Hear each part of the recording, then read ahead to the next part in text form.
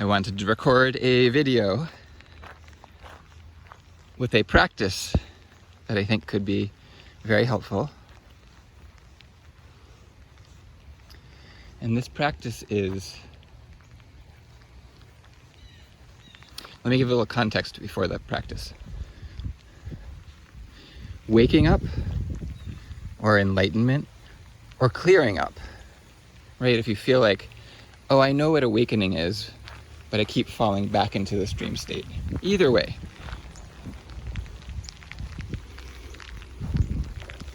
It is absolutely natural. It is absolutely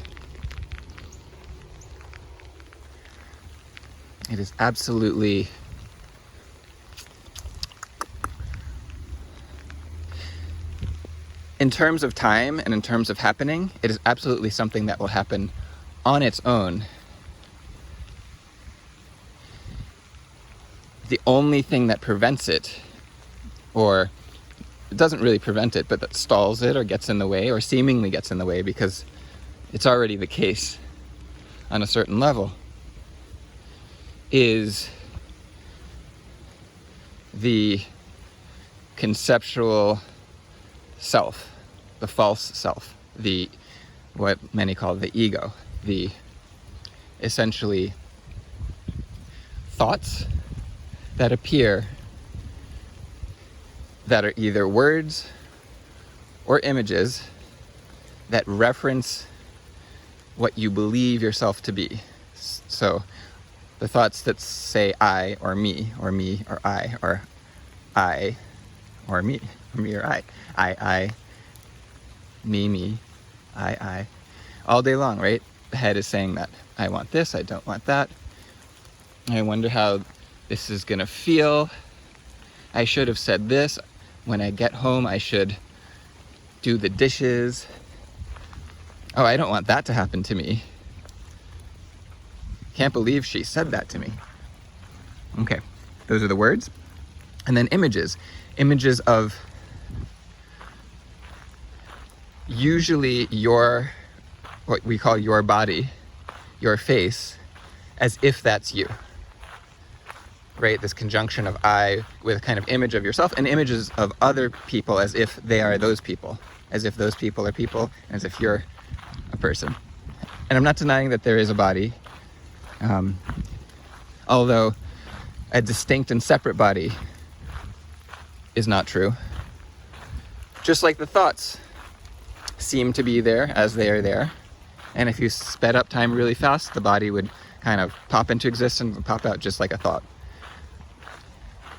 And if you look at a body on a much more microscopic level, things are constantly shifting. The consistency is not there.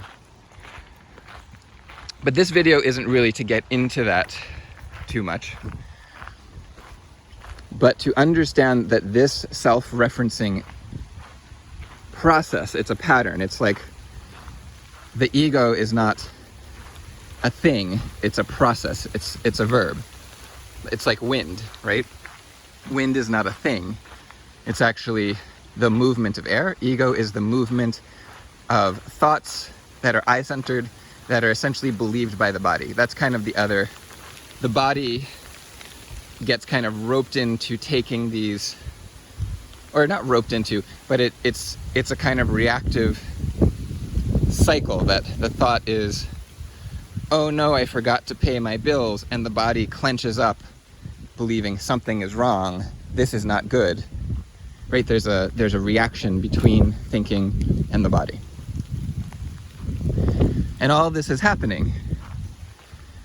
And what happens is somehow awareness or consciousness that is ultimately completely free of this, and is actually what all this is.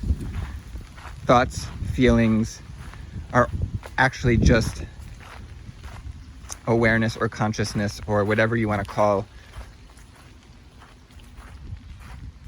oneness, the source, infinity, God, whatever you want to say. It's just that arising, taking the shape of thought, taking the shape of feelings.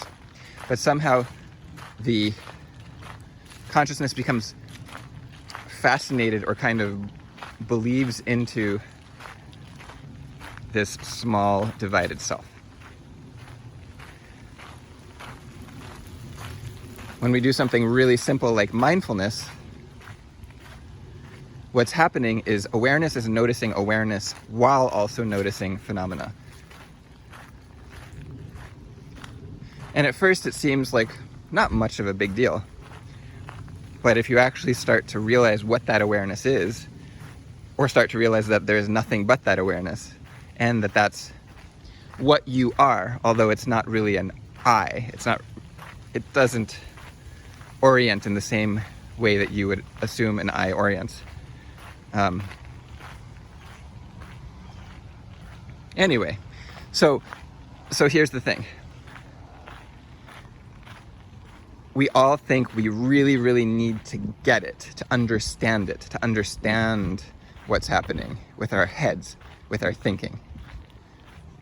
We all think we all believe that I need to get it. It's like I need to understand it. And I'm sure you've all heard a million times maybe.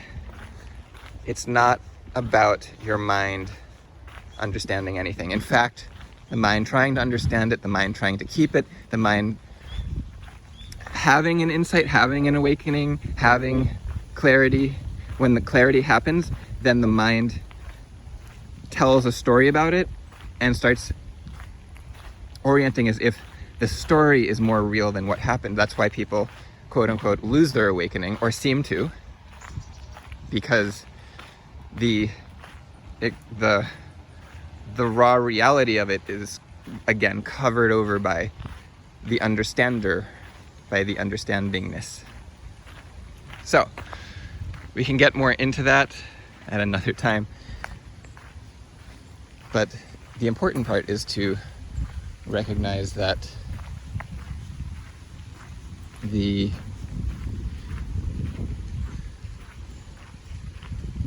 that which we are supposedly looking for, that which we are intending, right, to become awake, become more awake, to have this, to come back to what's true, does not require mind at all. Does not require, let's not say at all, because mind is part of it. Any attempt to understand it or think about it is completely irrelevant, right? If you want to know what is true, real, it's got to be here, right now. And it's here before you say a single thing about it. Saying something about it is actually irrelevant to whether or not it's true. So the saying something about it is actually overlaying, right? It's overlaying. It's overlaying something that is less direct, less true. It's turning it into a conceptual understanding as opposed to a direct understanding. You hear in spirituality all the time, direct experience. Stay with direct experience. Most of us have a direct experience that is, whoa, and then we go instantly to conceptualizing about it and trying to retain it in concept, like collect it, which kills it, which doesn't actually kill it, but it turns attention away from what's actually useful back to concepts. Everything goes back to concepts, and we live in concepts and concepts and concepts and concepts. So, and just to say another thing, it is not to stop the mind, to stop the thinking. That's completely irrelevant also. It's completely unnecessary and irrelevant. But it is to see thinking as what it is. It's just an arising, just like the wind is an arising, just like the trees are an arising.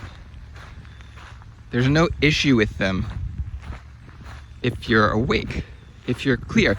And if we just go back to that simple thing, if you're mindful while thoughts are happening, you're mindful, and the thoughts are secondary to you. You are what is the mindful. Let's go back to a simpler word. You are aware. You're aware that you're aware, and there are thoughts. it's very easy to say, well, the thoughts aren't me because I'm here in between them. I'm here as they pass on by. It's not that there is a single stationary thought that lasts forever, that's been here since you were born. And then the mindfulness, the awareness seems to lose awareness of itself and get pulled into this I narrative, this I story, this ego, this false self. But it's not the thought's fault. They're just running. And our awareness absolutely does fuel them. It gives them energy. But it's within the awareness that the capacity for this liberation is. It's not in stopping the thoughts. The thoughts may slow down, well, will. I can almost guarantee it slow down more and more quite a bit. But that will be a byproduct. It is not the way. It's part of the, you could just say, it's kind of the natural, one of the natural changes that happens as awareness becomes more aware of itself and more where you live, where you reside, or what as you reside, as what you reside. So I guess I didn't mean to give exposition on this, and then I did. So we never know what's going to happen. Okay. So here's the practice. The practice is these are just statements that you can feel into, and you can cycle through them once or twice, maybe 3 times, and then just relax for a bit and intend to stay aware, not in a graspy way, and whatever arises, just see that as an aspect within your experience, right? So a thought arises, even if it says, oh no, I really have to do this, you just let that thought, if you follow the thought, it will hook you. It will take you into this vortex of thoughts, and you can get lost for hours or days or lifetimes in vortex of thought. So you can just say to yourself, at least I'm gonna try saying, what happens if I prioritize being here, being aware now, over any story, even if it's the most compelling thing ever? The stories can come and go, and you'll notice it's actually funny. They're perfectly designed to grab your attention. They're perfectly hooked up with the body. It's this whole conditioned system that is so good at causing this magnetism. Okay, so the statements you will say are, I am here. And you feel into it. I am here. I am here. Okay, that's statement 1. You only have to say it once, and then just feel into it. And once you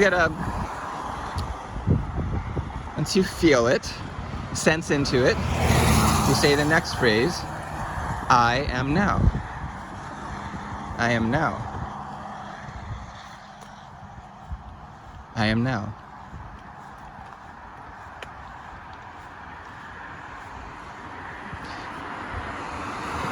Feel into it, sense into it. Then the next phrase, I am awake. Or you can say aware, whichever word feels more resonant for you. I'm awake. Sense into that. Kind of recognize that. Recognize what that is pointing to, right? So these are all pointers. I am here. What does that mean, I am here? Then sense into it. Don't think about it. Feel into it. Sense into it. I am now. What is that pointing to? I am awake.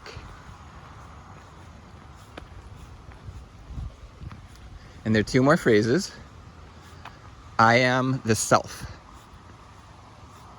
I am the self. I am the self.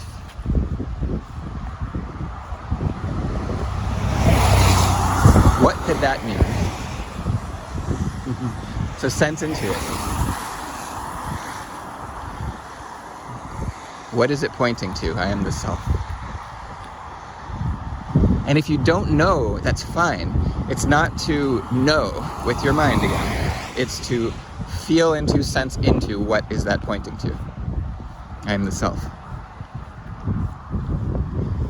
Last one. I am the mystery. I am the mystery.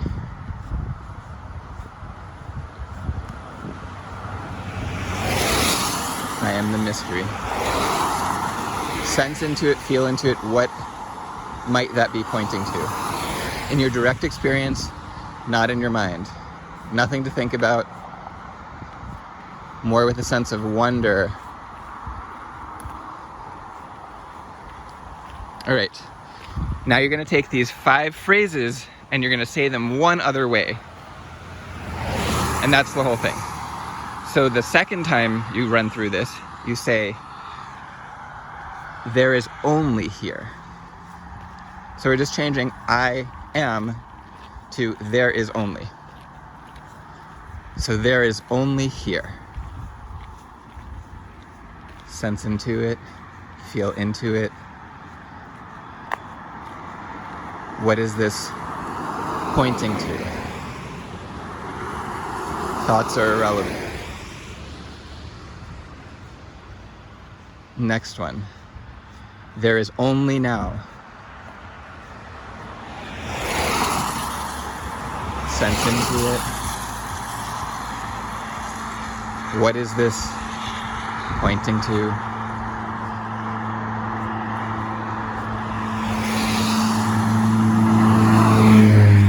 There is only awake.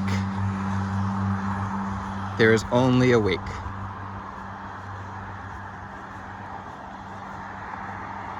What is this pointing to? There's only awake. Sense into it. There is only the self. There is only the self.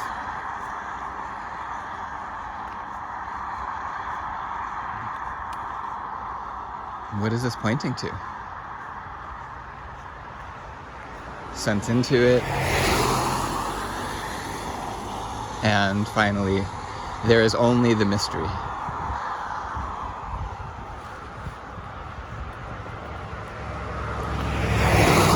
Sense into this, feel into it. What is it pointing to?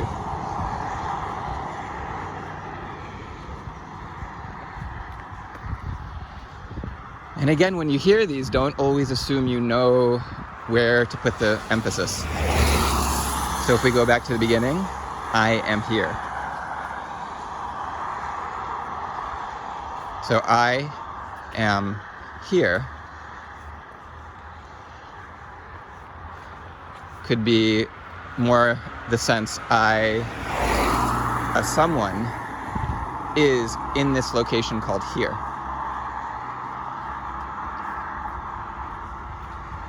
But what if it is I am here? Here is what I am, essentially. I equal here. Here equals I. I am here.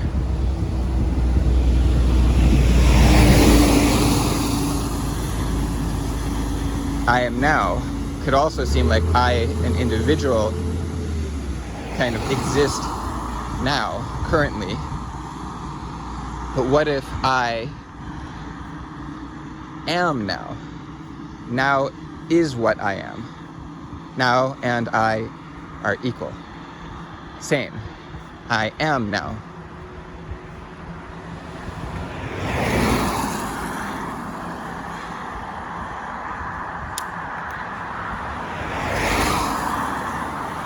Again, I am awake, right? Instead of I have a quality called awake. I am awake. Awake is what I am. It is entirely what I am. So therefore, I am here now awake. Here now awake is what I am. I am the self. The self. And if you go to those next phrases, there is only the self, there is only now, there is only here. This is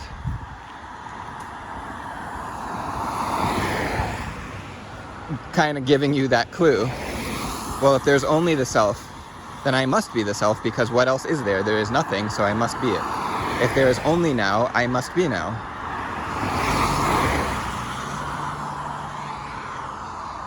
So sense into this. If you run into a word that just feels way better for you, like for instance, like awake, instead of saying I'm awake, I am aware, you can swap that. I wouldn't get too bothered in this, but if you really just feel like, oh, there's one that's much better for me, you could swap I am the self to I am this. And there is only this. If that really feels like it represents this, and remember these words, this, now, and here, do not refer to what thinking thinks of as this, now, and here. Thinking tends to think of now as opposed to some other time. But if you look in reality, there is only now. There's only now. Now is actually unmoving. What is within now moves. Right? So it's even easier with I am here. Here and there do not actually have polarity. Do not actually have, they're not two things. There is an abstraction of the mind. Right? Because I could say I'm here at the corner of North Pease Road.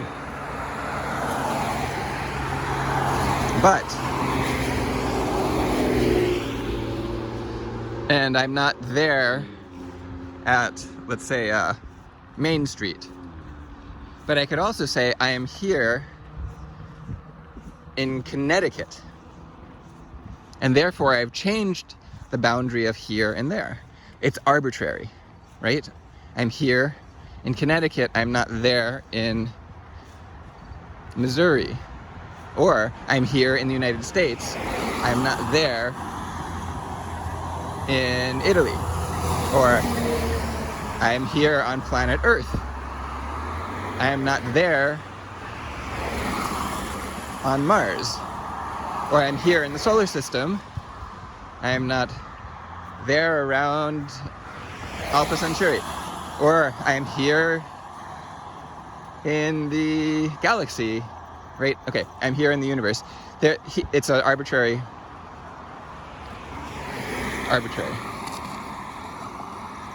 And also, same with this and that. What this? We could have this atom and that atom, or we could have this molecule, but both atoms are within the molecule, or we can have this body, which contains all the molecules, or we could have this planet, right? It's also arbitrary boundaries. So that's what we're dealing with here. So try out this practice. Again, don't get too bogged down in details. It's a simple way to reference and to reorient awareness back to here, and then rest in as awareness. Rest as awake, as now, as this. It's already here. There's nothing to do. And every time your mind tells you there's something to do, hopefully notice that that's just this. That's just the self. That's just the mystery. That's all it is. Even getting lost in it is just the mystery. There's nothing to do. Actually, every attempt to do denies the reality.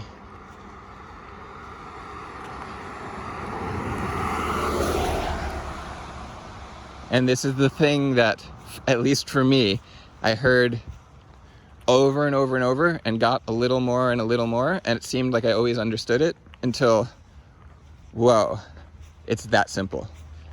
So if you can really take this in,